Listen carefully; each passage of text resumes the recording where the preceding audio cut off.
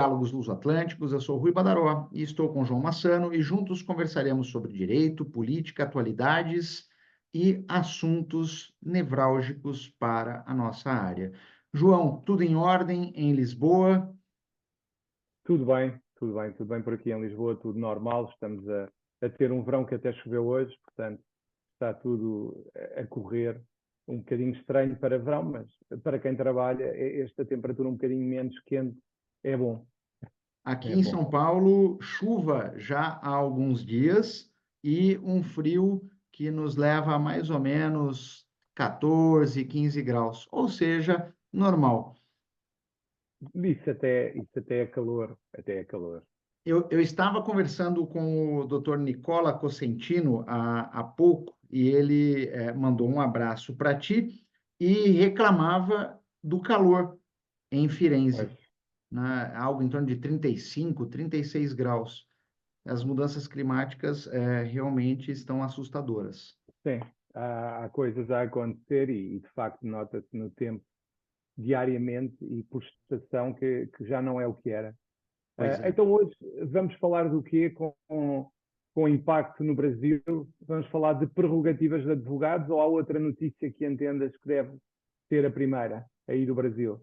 João, eu entendo que esta temática das prerrogativas do advogado, portanto, respeito ao nosso código deontológico, seja o brasileiro, seja o português, é o assunto que nós devemos enfrentar hoje. Notadamente, frente aos ataques que a advocacia tem recebido diuturnamente das diversas autoridades.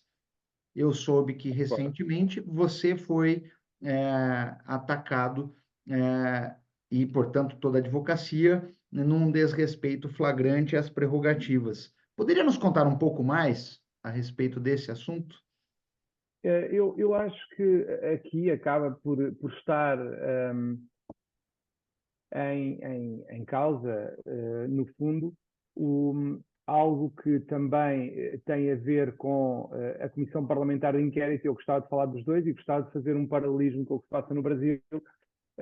O que nós assistimos, e começaria pelo Brasil, perdão, pelo caso do advogado que foi chamado a falar na CPI, a primeira grande questão é o que é que ele foi lá fazer.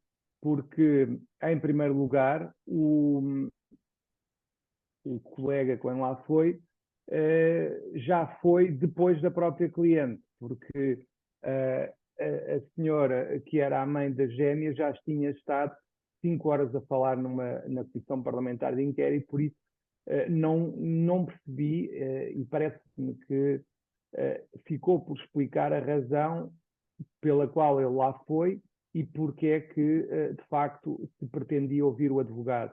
Em segundo lugar, parece-me que nós temos o tema do sigilo profissional e algumas declarações que foram feitas por alguns parlamentares e alguns comentadores revelaram algum desrespeito relativamente ao sigilo profissional e desconhecimento do Instituto, porque entendo que nós temos que perceber que o sigilo profissional é algo que existe, de acordo com o Estatuto, para proteger a nossa função social e os interesses do cliente, porque a ideia é que o cliente que fala connosco confie em nós e saiba que tudo o que nos é dito não é divulgado, salvo situações muito excepcionais. Portanto, mesmo que o cliente autorize, não é forçoso que, apesar da autorização, o sigilo seja dado. E mais, e ainda que o sigilo seja dispensado pelo Conselho Regional de Lisboa, o colega ainda pode entender que não fala. E essa é a questão. Portanto, nós temos aqui várias situações. A primeira situação é que, de facto, quando um advogado, independentemente do cliente ter ou não ter falado, é inquirido ou é notificado para ser inquirido numa comissão parlamentar de inquérito, como a do Parlamento em relação ao caso das gêmeas luso-brasileiras, claro que é necessário que o advogado peça dispensa de sigilo. Tem que ser, a menos que se vá falar de algo que não faça parte e que não tenha conhecido no exercício das suas funções. Portanto, Eu diria que o respeito pelo sigilo tem que ser feito e tem que ser observado por todos, porque decorre da lei. Não estamos a falar de algo que é inventado pela Ordem dos Advogados ou pelo próprio advogado. Portanto, a questão do sigilo profissional é importante e depois nós temos que explicar à população e à sociedade porque é que isso acontece. Agora, numa comissão parlamentar de inquérito, não deveriam ser feitas acusações a advogados porque invocam o sigilo profissional. E isso, para mim, é o mais grave. Não deve acontecer, não pode acontecer. O sigilo profissional é um instituto com consagração legal e não é por isso que se pode fazer um ataque ao advogado. Quanto às circunstâncias em que a inquirição do colega aconteceu, a declaração inicial e tudo, prefiro não me pronunciar, por razões óbvias, mas parece-me que é fundamental afirmar o sigilo profissional como um pilar estruturante, quer da nossa profissão, quer da própria justiça em Portugal, e creio que no Brasil será igual, certo? Sim, João. Aliás, sobre esse assunto que me é muito caro, eu sou um estudioso da deontologia jurídica, e eu entendo que o sigilo profissional, notadamente na advocacia, é um dos pilares fundamentais dela, né, porque garante a confiança entre o advogado e o cliente. Aliás, no Brasil, o Código de Ética e Disciplina da Ordem dos Advogados do Brasil estabelece normas claríssimas sobre essa questão. E ainda com relação à importância, eu gostaria de ressaltar, como você já o fez de forma brilhante, como sempre, que as informações compartilhadas pelo cliente ao advogado devem ser asseguradas pelo sigilo, porque não há outra maneira que nós possamos exercer o munus de advogado sem que haja essa confidencialidade. Aliás, esse é um princípio essencial, João, que o cliente se sinta seguro, né, em expor todos os fatos relacionados ao seu caso, permitindo ao advogado oferecer uma defesa que seja eficiente, estratégica e adequada ao caso. No Brasil, João, o artigo 25, 26 e 27 do Código de Ética estabelece uma série de regras. O 25 fala, e permita-me, né, estabelece que o advogado deve guardar sigilo de tudo que souber em virtude do exercício profissional, não podendo revelá-lo sem prévia autorização do cliente. E se estende a estagiário e outros colaboradores do escritório que, porventura, não sejam advogados. O artigo 26 do nosso Código Deontológico, aqui em Terra Brasilis, já determina que a quebra do sigilo profissional só será admissível quando o advogado se ver ameaçado pelo próprio cliente ou quando precisar defender-se de acusação injusta, sempre observando os limites legais e éticos. E o 27 escancara, né, que reforça a necessidade do advogado ser discreto em suas comunicações, não divulgando de forma alguma informações que possam comprometer a privacidade do cliente ou a confiança depositada nele. Ou seja, no relacionamento entre advogado e cliente, é regra imperativa o sigilo profissional. Não pode exigir uma autoridade judicial ou administrativa no seio de uma audiência em um processo judicial ou no seio de uma comissão parlamentar de inquérito, ainda mais, como você apresentou, depois que a cliente já foi ouvida por mais de 5 horas, querer que o advogado seja ouvido e revele conteúdos que estejam afetos ao sigilo profissional. Isso é ferir de morte o exercício da advocacia. E nós não podemos concordar com isso sob hipótese alguma. E diz-me o seguinte, só para mais um tema relativamente também a isto, e que tem a ver com algo que falaste no início, que é como é que é aí no Brasil o respeito ou o desrespeito pelas nossas prerrogativas, pelo sigilo ou outras, por parte de juízes, magistrados do Ministério Público e outras entidades? Em tese, João, deve ser guardado o respeito entre todos os que estão a administrar a justiça. E a advocacia é peça fundamental da administração da justiça, como prescreve o artigo 133 da Constituição Federal brasileira. Mas, na prática, tem sido recorrente os casos de violações das prerrogativas, seja por autoridade policial, e atenção, eu falei autoridade policial, não agente da autoridade, seja por autoridade judicial, magistrados, seja, infelizmente, por colegas do Ministério Público. Nós temos um número crescente de violações das prerrogativas todas, e especificamente no caso de sigilo profissional, também. Há diversos casos emblemáticos que advogados foram colocados na berlinda aqui no Brasil para que revelassem informações confidenciais que lhes foram transmitidas pelos seus clientes e exigindo uma posição enérgica da OAB, do presidente da Comissão de Prerrogativas, seja no âmbito nacional, estadual ou municipal, portanto, nas subseções, dado a quantidade de advogados que nós temos por estas bandas, para evitar e afastar essas violações.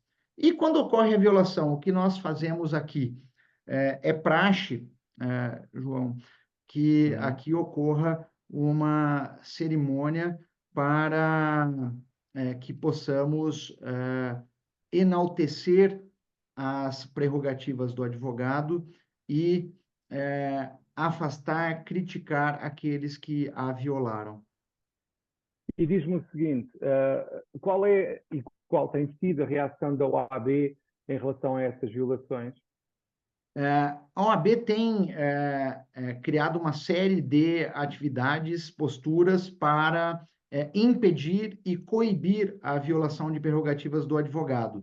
Inclusive, algumas dessas violações com requerimento para criminalização delas, tá? De modo a realmente afastarmos essa situação. Agora, o que nós conseguimos nos últimos anos? Nós conseguimos a alteração do Estatuto da Ordem dos Advogados do Brasil, né, do advogado e da Ordem dos Advogados do Brasil, no sentido de, como disse, criminalizar algumas violações, e, fora isso, fiscalização, João. É isso. Ok. Eu estava a ouvir-te e estava a pensar que, de facto, em Portugal, para nós, acaba por ser muito importante percebermos como é que se faz noutros países e também assinalar que, de facto, aqui a melhor defesa acaba por ser sempre o próprio advogado e depois, eventualmente, a Ordem dos Advogados tomar uma atitude relativamente ao que vai acontecendo, porque o que nós assistimos muitas das vezes é um desrespeito das nossas, eu diria, do nosso estatuto, por parte de entidades como conservatórias, juízes, procuradores. Não são todos, bem pelo contrário, é uma minoria, mas infelizmente é uma minoria em que de facto as coisas se repetem e que acabam por se comportar de uma forma quase como se estivessem numa situação de impunidade. E isso preocupa-me porque acho que tem que haver uma reação. Acho que essa reação não pode ser uma reação medrosa, Ao porque contrário. nós muitas das vezes acabamos também por facilitar na forma como reagimos, e isso preocupa-me e de facto acho que começa primeiro por explicarmos às pessoas o que significa ser advogado, os direitos que temos conferidos e os deveres também, naturalmente, que temos conferidos por estatuto, e não ter medo de exercer esses deveres e direitos, independentemente de quem está do outro lado. E é isso que eu acho que também é uma luta que todos temos que ter para que as pessoas não aceitem ser humilhadas ou insultadas ou ver desrespeitado o estatuto de advogado. E eu acho que também passa muito por aí, porque de facto a forma como nós reagimos perante essas violações, como aceitamos ou não aceitamos essas violações, também leva ou pode levar a alterações de comportamento que não se devem, naturalmente, ir repetindo com a nossa aceitação. João, permita-me ser preciosista com relação às prerrogativas, né, aqui do Brasil e à sua respectiva criminalização. Com relação às prerrogativas, eu vou só elencar algumas das principais, né? A inviolabilidade do local de trabalho, correspondência e comunicação, a comunicação pessoal e reservada com seus clientes, mesmo sem procuração, quando estes se encontrarem presos, acesso aos autos dos processos judiciais ou administrativos, mesmo sem procuração, quando não estejam sujeitos a sigilo, direito de dirigir-se diretamente aos magistrados nas salas e gabinetes de trabalho, independentemente de horário previamente marcado ou outra condição, direito de não ser preso salvo em flagrante por motivo de exercício da profissão. Note que essas prerrogativas é o que dão guarida, blindam o advogado para que ele exerça a advocacia com coragem, né? De modo que não se sinta acovardado ou com medo de exigir ter acesso aos autos, conseguir, na plenitude, exercer a advocacia. Em 2019, a lei de abuso de autoridade, e por isso que eu me permiti ser preciosista, é a Lei 13.869 de setembro de 2019, ela tipificou crimes que envolvem a violação das prerrogativas do advogado. Então, no artigo 32 e no 43 dessa lei, ele trata de algumas questões. No 32, define como crime impedir, sem justa causa, a entrevista pessoal e reservada do advogado com o seu cliente preso no estabelecimento onde se encontra sob custódia, mesmo que durante a fase de investigação ou instrução criminal. Pena, detenção, 6 meses a 2 anos e multa. E no 43, criminaliza a violação do direito do advogado de comunicar-se com seus clientes, pessoal e reservadamente, sem paralisar o andamento do processo e a regular instrução criminal. Pena é a mesma que eu citei anteriormente. E qual é a importância da criminalização da violação das violações das prerrogativas dos advogados? Como você já disse anteriormente, proteger o exercício da advocacia, porque vai garantir a nós a possibilidade de atuar sem sofrer intimidação, atuar sem medo, blindado, como eu disse, sem qualquer tipo de obstruções ilegais.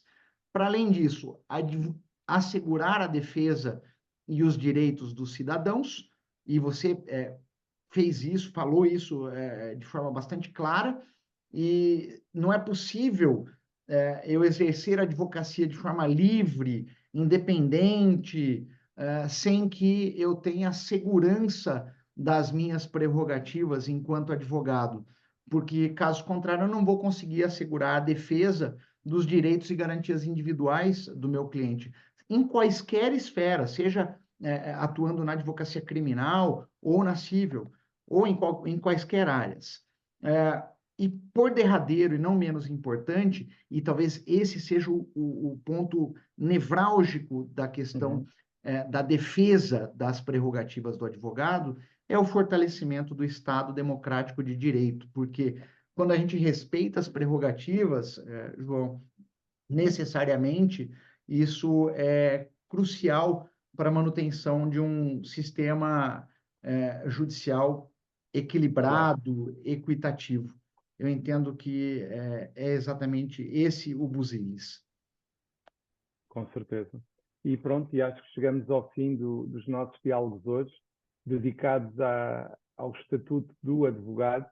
Acho que é importante de vez em quando também falarmos destas questões e esperar que tenham eco e que, de facto, contribuam para melhorar a nossa posição social, no sentido de o nosso estatuto ser respeitado, porque o nosso estatuto decorre da natureza e da função social da advocacia. Muito obrigado a todos e até um próximo episódio.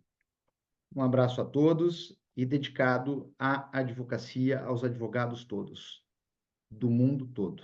Abraços.